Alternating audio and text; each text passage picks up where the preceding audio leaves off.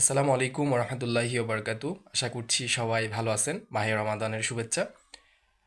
So আপনাদের সাথে যেটা শেয়ার করতে আসছি আমি, সেটা হচ্ছে মুসলিম কয়েকটা রাষ্ট্রকে ধ্বংস করার জন্য আহ, আমেরিকার কিছু চাইল চলতেছে। সো আমি আশা করব মুসলিম উম্মাহ এটা থেকে বেরিয়ে আসবে।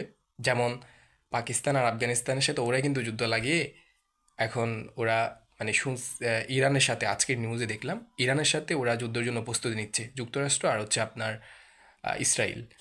মানে প্রত্যেকটা রাষ্ট্রের যত প্রবাসী আছে সবাইকে যাওয়ার জন্য বলছে দু দেশেই।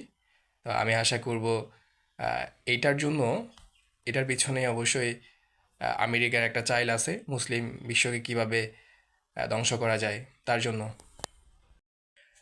যেমনটা হচ্ছে পাকিস্তান আর আফগানিস্তানের সাথে যুদ্ধ লাগিয়ে দিছে আর ওরা ওইদিকে যুদ্ধ করবে, মানে মুসলিম বিশ্বকে ধ্বংস করা আর কি। সবাই শেয়ার করে দিবেন এবং সবাই দোয়া করবেন যেন মুসলিম বিশ্বে মুসলিমরাই যেন যুদ্ধ না করে। অবশ্যই আশাবাদী পাকিস্তান এবং আফগানিস্তানের জন্য দোয়া করবেন যেন ওরা যুদ্ধটা থামিয়ে দেয় এবং ইসরায়েলকে ধ্বংস করার জন্য প্রত্যেকটা রাষ্ট্র যেন ইরানের পক্ষ নিয়ে আমরা ইহুদি অ্যান হচ্ছে পশ্চিমা যে দেশগুলো আছে নিকৃষ্ট দেশগুলো আমরা সেগুলো ধ্বংস করতে চাই। সবাই শেয়ার করে দেবেন।